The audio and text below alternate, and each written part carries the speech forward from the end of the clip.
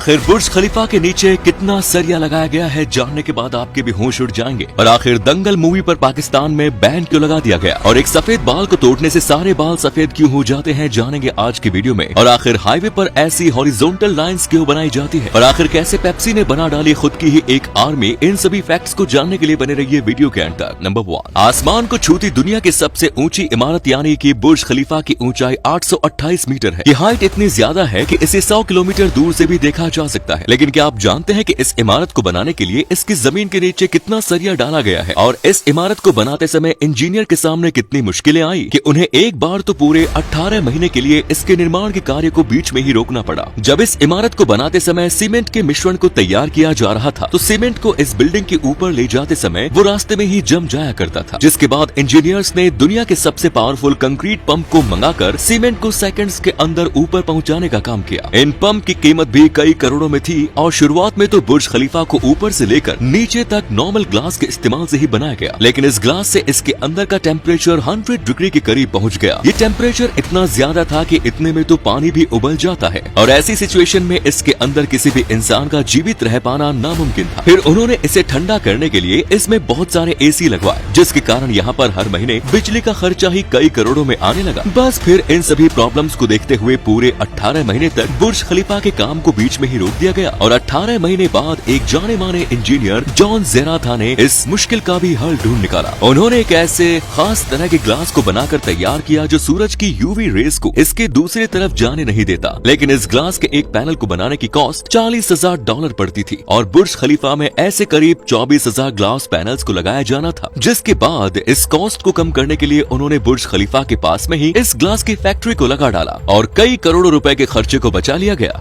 ये तो हम सभी जानते हैं कि बुर्ज खलीफा को रेत की जमीन के ऊपर बनाकर तैयार किया गया है। ऐसे में ये बात तो साफ है कि बुर्ज खलीफा जैसी इतनी ऊंची और भारी बिल्डिंग इस रेतीली जमीन में बनने के बाद कभी भी नीचे गिर सकती थी, जिसके लिए इंजीनियर्स ने इसकी जमीन के नीचे स्टील के कई हजारों टन सरियों को डाला, जिसकी वजह से बुर्ज खलीफा को इतनी मजबूत फाउंडेशन मिल पाई। इस बिल्डिंग को इतनी मजबूती से बनाया गया है कि इसके निर्माण में 3,20,000 क्यूबिक मीटर कंक्रीट और 55,000 टन स्टील के सरियों का इस्तेमाल किया गया है, जिनका कुल वजन 200 हाथियों के वजन से भी ज्यादा है। नंबर 2, दोस्तों आपने भी अक्सर सुना होगा कि अगर हम अपने सर में से किसी एक सफेद बाल को तोड़ते हैं तो उसके बाद बाकी के बाल भी तेजी से सफेद होने लगते हैं। लेकिन आखिर इस बात में कितनी सच्चाई है, तो इसे जानने के लिए पहले हमें हेयर फॉसिल्स को समझना होगा। सर में मौजूद हर एक हेयर फॉसिल्स में से सिर्फ एक ही बाल की ग्रोथ होती है, और जितना अच्छा हम अपनी बॉडी को न्यूट्रिशन देंगे उतने ही अच्छे से हमारे बालों की ग्रोथ भी होगी। हर एक बाल की ग्रोथ, उसकी थिकनेस और उसकी लंबाई पूरी तरह से अलग अलग बॉडी की न्यूट्रिशन वैल्यू पर ही डिपेंड करती है। और बालों का रंग जैसे कि सफेद या फिर काला होना हमारी बॉडी में मौजूद एक पिगमेंट मेलानिन पर ही निर्भर करता है। मेलानिन शरीर में मौजूद वो पिगमेंट है जो एक इंसान के बालों से लेकर आंखों और स्किन के रंग को भी निर्धारित करता है। अब अगर किसी इंसान की बॉडी में इस पिगमेंट की मात्रा काफी कम हो जाती है तो उसका असर सीधा हेयर फॉसिल पर दिखाई देने लगता है, जिसकी वजह से एक इंसान के बाल काले की वजह ग्रे या फिर कहे तो व्हाइट कलर में ग्रो करना शुरू कर देते हैं। ऐसे में अगर कोई इंसान उस बाल को पकड़कर तोड़ भी देता है तो उसका असर सिर में मौजूद किसी दूसरे हेयर फॉसिल पर पड़ता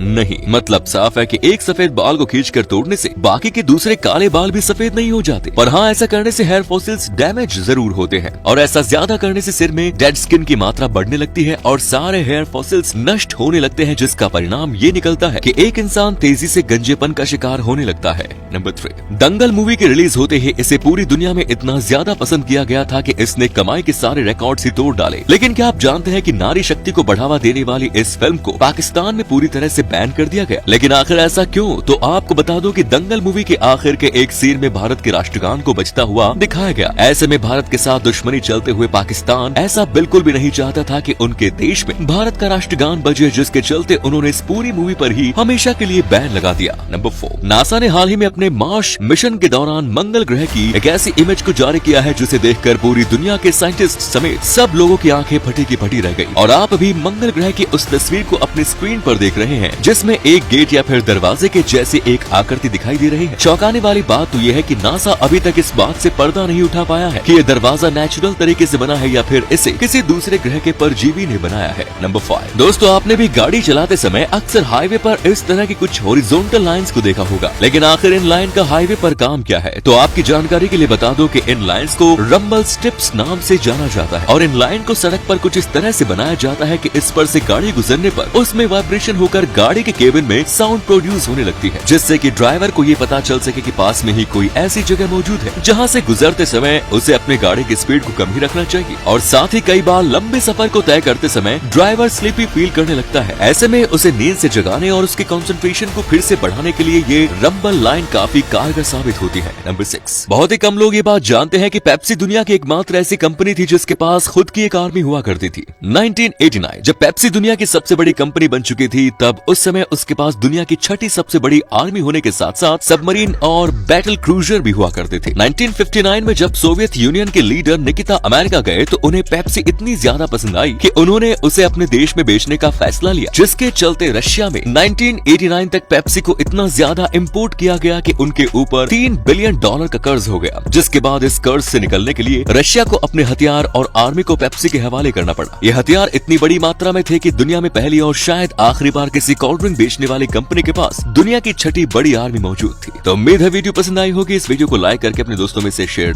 जरूर करें। आपके एक शेयर से हमें काफी मोटिवेशन मिलता है। धन्यवाद।